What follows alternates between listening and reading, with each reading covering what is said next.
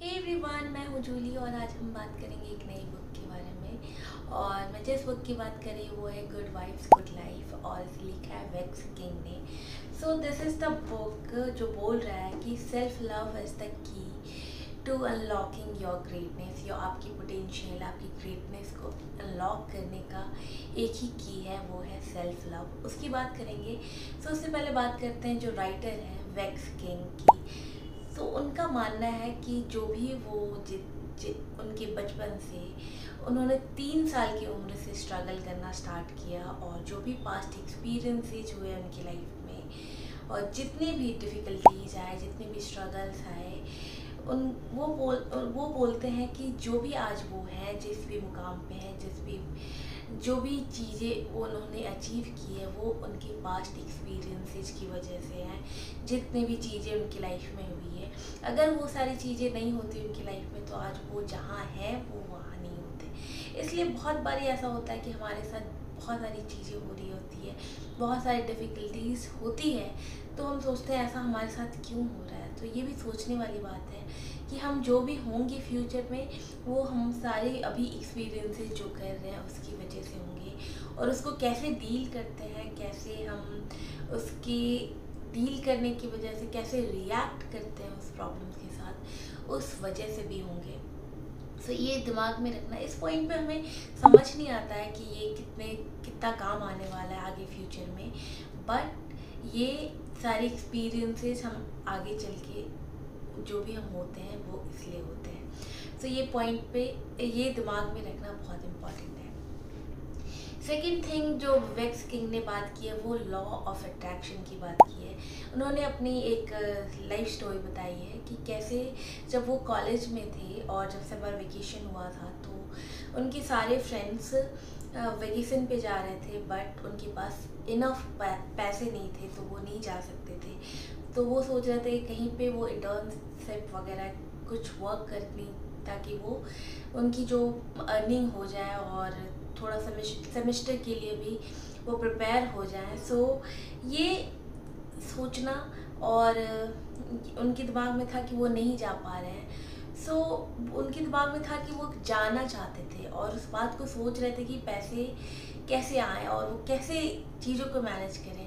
सो उन्होंने एक law of attraction का एग्जाम्पल दिया है अपने लाइफ के एक्सपीरियंस से कि कैसे सारे फ्रेंड्स उनके जा रहे थे, जिस दिन जाने वाले थे उसके एक दिन पहले उनके पास $650 का एक चेक आता है और उसमें वो उनका टैक्स जो सबमिट किया हुआ होता है वो शायद मतलब किसी तरह से क्या कहते हैं वो फ्री हो गया होता है और वो टैक्स का जो चेक होता है उनके पास वापस आ जाता है।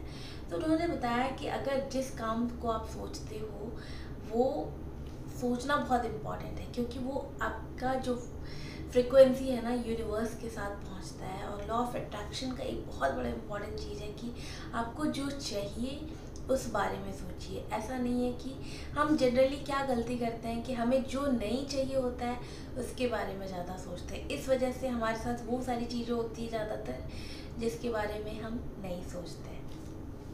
और ऐसे बहुत सारी बातें हैं जो बहुत इंपॉर्टेंट है इस बुक की, बट बहुत ज़्यादा इम्पॉर्टेंट है वो मैं आपके साथ शेयर करूँगी। सो आप पहली बात जो है इस बुक की वो है self love. What is self love? So self love को हम बहुत बारी कहते हैं ना मिसअंडरस्टूड भी करते हैं।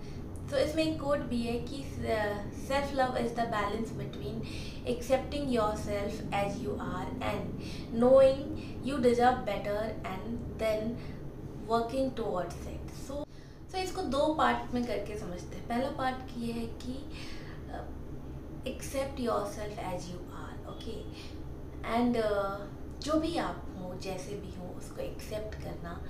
और मतलब कि जो चीज़ें आप चेंज नहीं कर सकते हो, जैसे कि भगवान ने जैसा आपको बनाया है, जैसे आपके जो फीचर्स हैं वैसे बनाया, उसको आप चेंज नहीं कर सकते हो। सो एक्सेप्ट दोज थिंग्स, वो सारी चीज़ें एक्सेप्ट करना जो आप चेंज नहीं कर सकते हो। Okay, second thing, knowing that you deserve better and then working towards it, उसके ऊपर काम करना कि आप उससे ज़्यादा डिजर्व करते हो और उसके ऊपर काम करना। जैसा भी आप सोचते हो, जैसा भी आप फील करते हो, जैसा आप एक्ट करते हो, जैसे आप कम्युनिकेट करते हो, तो ये सारी चीज़ें हैं कि आप चेंज कर सकते हो। जो चीज़ें आप चेंज कर सकते हो, जैसे कि अगर आप बहुत अनहेल्दी हो और उसको बहुत अनहेल्दी फूड खाते हो, तो वो चीज़ें आप चेंज कर सकते हो। उसको आप एक्सेप्ट नहीं कर सकते हो जैसे आप हो वैसे, क्योंकि उसकी वजह से आप बहुत सारी बीमारियों की शिकार हो जाओगे। सो इसलिए उन सारी चीज़ों को चेंज करना जो आप चेंज कर सकते हो, और जो चीज़ें आप चेंज नहीं कर सकते हो उसको एक्सेप्ट करना, ये है सेल्फ लव। बहुत बारी हम इसको मिसअंडरस्टूड कैसे कर जाते हैं कि बहुत बारी हम इसको एक्सक्यूज के तौर पे भी यूज करते हैं। बहुत बारी ऐसा होता है कि हाँ, हम तो जैसे हैं वैसे ही हैं, जैसे एक्सेप्ट करना है, जैसे हम हैं वैसे एक्सेप्ट करते हैं। इससे इसको एक्सक्यूज के तब पे क्या करते हैं, हम चैलेंज लेने से डरते हैं और कोशिश करते हैं कि हम जितना अनचैलेंज रहें वो उतना हमारे माइंड के लिए, कहते हैं ना, माइंड हमारा रेस्ट चाहता है। सो इसलिए वो चीज़ें एक्सेप्ट करना जो हम चेंज नहीं कर सकते हैं, और वो चीज़ें एक्सेप्ट करना जो हम चेंज कर सकते हैं, ये बहुत डिफरेंस है दोनों में, बहुत बड़ा डिफरेंस। तो इसको समझना बहुत बड़ी बात है। और सेल्फ लव, बहुत बारी ऐसा होता है कि सेल्फ लव का मतलब ये नहीं होता है कि आप सेल्फ ऑब्सेस्ड हो जाओ अपने आप से। सेल्फ लव का बहुत डिफरेंट मीनिंग होता है, बहुत ही इम्पॉर्टेंट होता है अपने पर्सनालिटी को डेवलप करने के लिए। दूसरी बात इस बुक से सीखने लायक है कि sort out your nutrition and water also.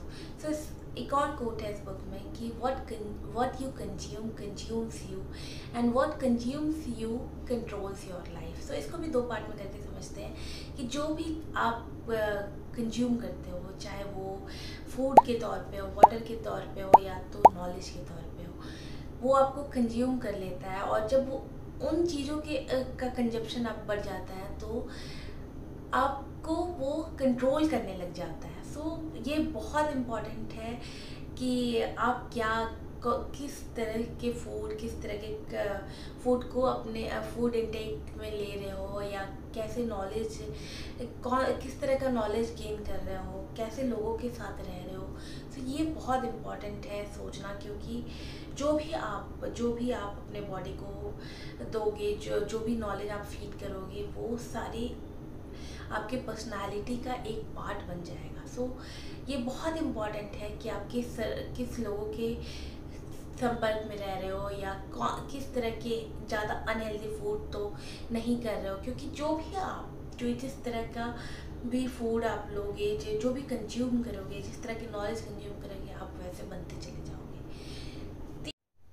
तीसरी बात आप जो सीख सकते हो वो है रिपीटिंग अफर्मेशंस।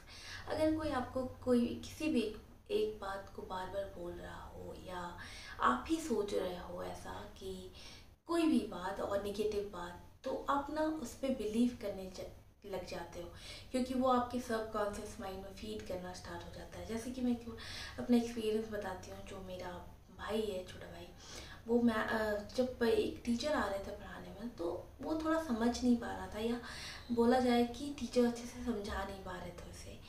तो धीरे धीरे वो क्या बोलने लग गया कि ये मैथ्स में वीक है। सो उसके माइंड में ये फीड हो गया कि मेरा मैथ्स वीक है, मैं मैथ्स में वीक हूँ। बट जब वो 9th-10th में गया और उसने बहुत मेहनत करी और वो समझना स्टार्ट कर दिया, वो ऐसे पढ़ना स्टार्ट कर दिया, अपने से पढ़ना स्टार्ट कर दिया, जिसकी वजह से उसके मार्क्स भी बहुत अच्छे आने लगे। 90+ मार्क्स उसने स्कोर किया था। सो ये बहुत इम्पॉर्टेंट है कि अगर कोई आपको बोल रहा है ना रिपीटेडली, वो अपना ऐप छुपाने के लिए कि आप नहीं कर सकते हो, तो आप ना उसको वहीं पे रोक दो। ये बहुत इम्पॉर्टेंट है, क्योंकि ये आपके लाइफ के लिए बहुत टाइम तक आपके साथ रह जाता है, और जिससे आपको बहुत सारे प्रॉब्लम्स भी फेस करने पड़ेंगे। सो रिपीटिंग इन्फॉर्मेशन, अगर कोई नेगेटिव चीज़ें बोल रहा है आपको, तो आप उसको वहीं पे रोक दो, और अपने बारे में भी कुछ भी नेगेटिव सोचने की ज़रूरत नहीं है। और क्लैरिटी लाने के लिए ना आप चीज़ों को लिखना स्टार्ट करो। आप क्या चाहते हो, कैसे आपकी चीज़ें वर्क नहीं कर रही हो, उससे आपके माइंड में क्लैरिटी आना स्टार्ट हो जाएगी। चौथी चीज़ आप सीख सकते हो, कंसिस्टेंसी इज़ वेरी इंपॉर्टेंट। सब बोलते हैं कि कंसिस्टेंसी मेंटेन करते रहना चाहिए, नहीं तो फिर जो लेट लेट करने की आदत होती है, प्रोक्रास्टिनेशन के हम शिकार बन जाते हैं और एक टाइप का हैबिट बन जाता है जिससे हमारा सक्सेस भी डिले हो जाता है। सो ये भी माइंड में रखना बहुत इम्पॉर्टेंट है कि कंसिस्टेंसी बहुत इम्पॉर्टेंट है किसी भी चीज़ को अचीव करने के लिए। पांचवी बात आप सीख सकते हो, फियर। फियर के बारे में मैं बात करूं तो जैसे कि क्या ही बोलूं मैं, कि फियर ना आपको एक मीडियोकर बना के रखता है। किसी भी चीज़ से अगर आप डर रहे हो, वो चाहता है कि आप वो आपकी चॉइसेस को कंट्रोल करके रखना चाहता है। आप चाहता है कि आप अपने पोटेंशियल को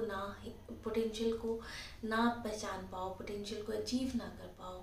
तो ये बहुत इंपॉर्टेंट है। किसी भी चीज़ को आप करने के लिए आपको उस डर से निकलना पड़ेगा। कहते हैं ना, किसी भी चीज़ को पाने के लिए डर के उस पार आप वो चीज़ मिल जाएगा आपको।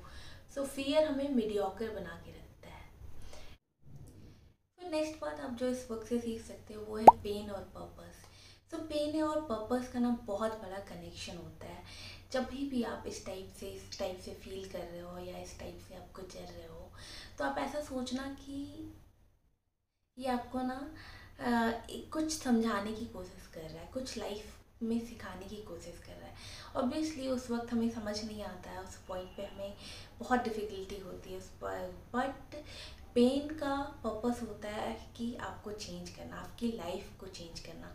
क्योंकि पेन चेंजेज पीपल। अगर आप किसी भी सिचुएशन में ऐसे नहीं पड़ोगे या फिर डिफ़िकल्ट नहीं होगा, तो आप चेंज नहीं होगे। जब तक आपको कुछ प्रॉब्लम नहीं होगा, आप खुद सोच के देखो, किसी भी चीज़ में अगर आपको प्रॉब्लम ना हो रहा, तब तक आप अपने आप को चेंज करने का सोचोगे ही नहीं। इसलिए पेन और पर्पस का चेंज होना, ये एक दूसरे में कनेक्टेड है।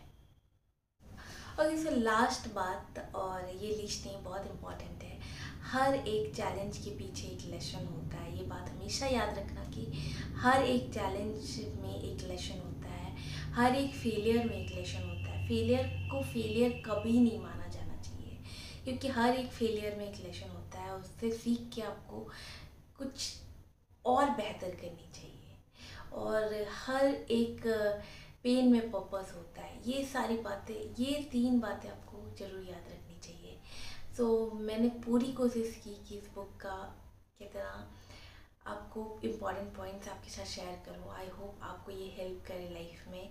और अब ये बुक पढ़ के बताया कि आपको ये बुक कैसा लगा। मुझे तो ये one of the best book लगा और बहुत इम्पैक्टफुल बुक है। और that's it about the book. मिलते हैं नेक्स्ट वीडियो में। Till then bye bye, take care and keep learning and keep reading.